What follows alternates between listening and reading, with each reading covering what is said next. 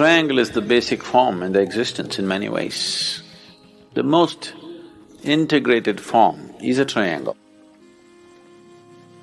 Before all this material came, like concrete and steel and all this stuff, even now, I think in United States particularly, any home has a triangular roof, isn't it? In India, we've all gone for flat roofs because they use the concrete roofs and the weather permits a flat roof. So here still almost every house around has a triangular roof.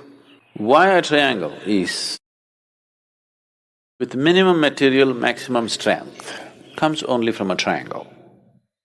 If you have to create any other form of the same strength, you would need much more material. Material strength has to be increased. But in the form of a triangle, with very minimal material, you can get maximum strength. So always, anywhere in the world, if you give them 2 pieces of wood using earth as a base, you got a dwelling. So this is not just about the dwellings that you build. Even the divine hand, even the hand of the Creator chose a triangle to build a basic form within you and outside of you. If you look at any molecular structure, it is a complex assembly of triangles in many ways. Similarly, if you look at the human body in a different level, you will see there is something called as an energy body. The energy moves and operates in the body in a certain way. In yoga, there's a whole understanding and there is a certain way of experiencing how the energy functions in your system. If you look into this with awareness, if you see the way your system is constructed, you will see the most basic form in your body is a triangle. All the nadis meet in the form of triangles. What we refer to as chakras are actually triangles. The nadis always meet in the form of triangles. We call them chakras because they symbolize movement.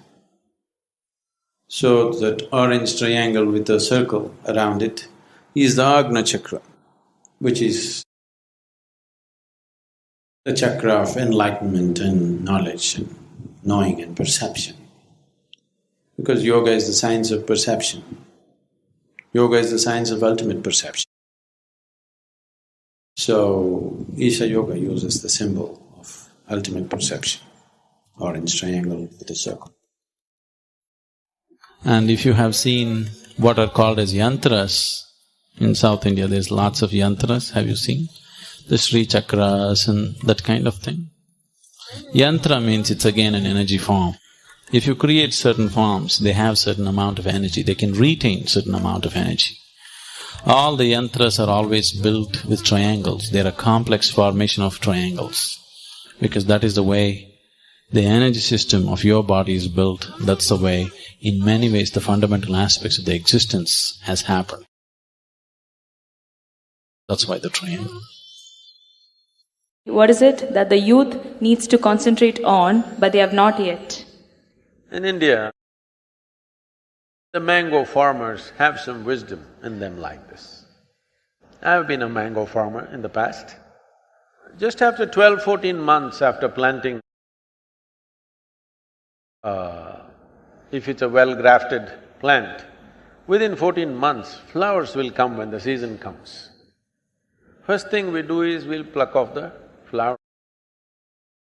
If you leave it, a few mangoes will come, but we will take it off. Next season again the flowers come, we'll take it off.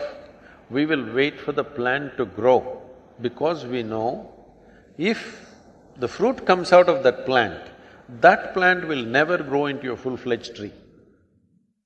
It will not bear as much fruit as it could if it bears too early. So this is something youth must remember.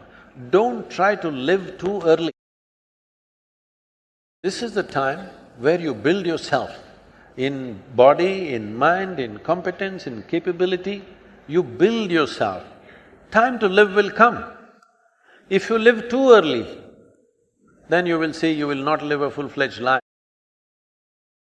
So right now, we have imported this from Western societies. By the time you're 14, you must have a boyfriend or a girlfriend.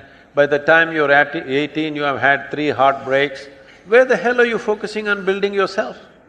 These things are taking so much time and energy. Build yourself up well if you want to live well. So, there is a certain time to grow and there's a certain time to live. If you live too early, you will not grow.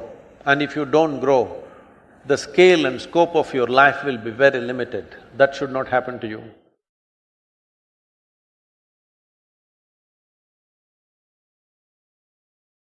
This is what is called as Kuladeva.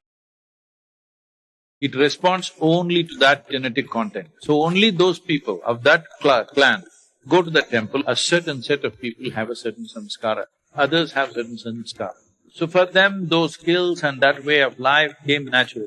Every community, every society has its own samskara, and people either make their lives well or ill based on the samskara also. See, what we are calling a samskara is the collective karma of a society. In this culture, we did a lot of things to maintain samskara. Even now in villages, there are, sometimes violent outbreaks will happen. If marriages happen between people who will mix the genetic, who will kind of make the genetic line fuzzy. This is not blue blood business.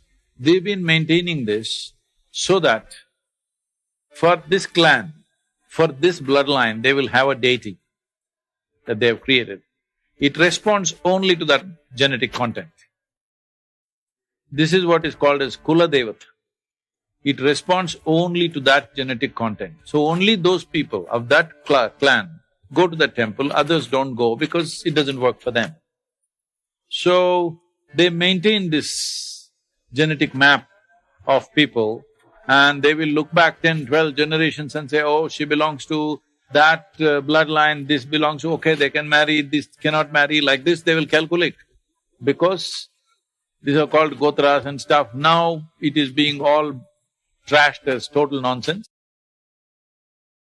Yes, cruel things have been done in that name, that is true, but there was a very profound understanding, because learning happened this way. When there were no universities, no schools, nothing, this culture transmitted their skills effortlessly for thousands of years because they maintained this samskara. So, let's say for example, there are what is called as acharyas. It's a certain caste or a clan. In this, there are goldsmiths, there are carpenters, there are blacksmiths, like this, all those people who are craftsmen. But a goldsmith's girl will not marry a blacksmith's man. Only there they will marry, because it is samskara. See, this may look, oh, how can that be? Why can't somebody, be born in any family, learn this trade? That's different. But it's been found, they've done an experiment with mice. What they did was, they put a cherry blossom smell on some cheese or something. So when the mouse went to bite it, they gave it an electric shock a few times. And you know what? Next 7 generation of mice never went near the cherry blossom smell. Cherry blossom smell means they move away, because this is samskara, that from parents it is coming just like that. This information transfer is happening all the time. Now we are talking about how trees are sharing things. All this, when we spoke long time ago, they thought it's all ridiculous. Like my great-grandmother would simply look at, sparrows and ants and this eating, and simply in tears, and if you say, why are you not eating? She says, I'm already full. And she was full, she was well nourished. Nobody can question that because she lived for 113. So, today they're slowly beginning to talk about it, but still in terms of physical terms. How physically, nutrition is going, this is happening, this is being shared, that is being shared, all this. But beyond physical stuff, there is life in which sharing is happening. So they created a very concentrated focus on people so that there is a samskara. A certain set of people have a certain samskara, others have certain samskara. So for them, those skills and that way of life came naturally. All these things got distorted when people started discriminating from one to the other. The goldsmith thinks he's superior to blacksmith, and these problems came later. But the way it was crafted, it's a perfect way to transmit knowledge, skills and variety of ways. But it all gone bad, now it's not relevant, we can't do that anyway. So, what you call a samskara is a social karma. And let's say living in Mumbai, don't you have a certain Mumbai samskara? Isn't it? It has its own.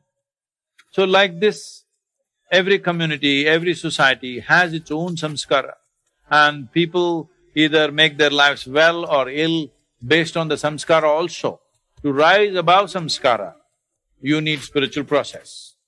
Otherwise, nobody can deny that they've not been influenced by their family, society, whatever kind of religious practices. They may not be doing those practices, but still they're influenced, isn't it? Only one who is strongly on a spiritual process is not influenced by the atmosphere, he rises above that.